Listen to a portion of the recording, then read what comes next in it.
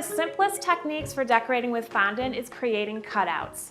Fondant shapes can be applied to lay flat on the surface for a treat, or they can be dried so that they hold up their shape to be used as a topper. So we're going to start with our fondant roller, and I have our purple guide rings on here. That's going to help me to roll out the fondant to an even 1/8 of an inch thickness. I also have my dusting pouch. We're going to need to dust the surface before we start. I'm going to lightly dust the surface with cornstarch. This will prevent the fondant from sticking to the surface. And I'm going to take my kneaded fondant,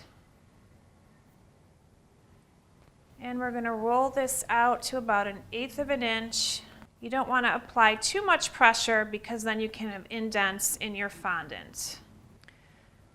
And now we're ready for our cutouts. Before I do my first cutout though, I'm going to give the top of the fondant a very light dusting. And this is going to prevent the cutouts from sticking. Just rub off the excess. I'm going to start with my large cutter. And you just press down. If it sticks a little bit, you can just pop it through with your finger. You don't want to use a lot of pressure because then you could distort your shape. Since that one stuck a little bit, I'm just rubbing some cornstarch on the ends of this cutter.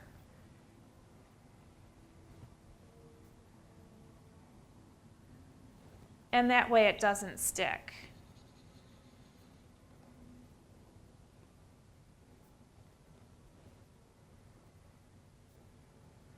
And we'll just pop that out with our finger. So one way you can use your cutout is by topping a cookie with it. I'm going to take some piping gel with my Food Safe decorator brush, and I'm just going to apply it to the surface of my cookie. Piping gel works really well when you're trying to attach fondant to a dry surface. Just need a very light coating. And then we can take our cutout and just center it on the cookie, go over lightly so the surface is nice and flat. Another way you can use your fondant cutout is by using it as a stand-up topper on a cupcake. To do that though, you'll need to dry out your cutout. What I've done to dry this out is I've added a little Gum-Tex powder to the fondant, kneaded it in before I rolled it. And that way it'll dry a little bit harder and it'll keep its shape. So these are the cutouts that I just made. They're fresh, and if you notice, this is actually still pretty soft. If we tried to stand this up on a buttercream iced cupcake, it would actually wilt.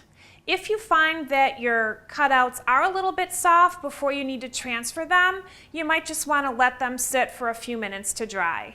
And here's another final project that we have using the cutouts. We just use the small round cutout, and by varying the colors, you get a nice confetti effect.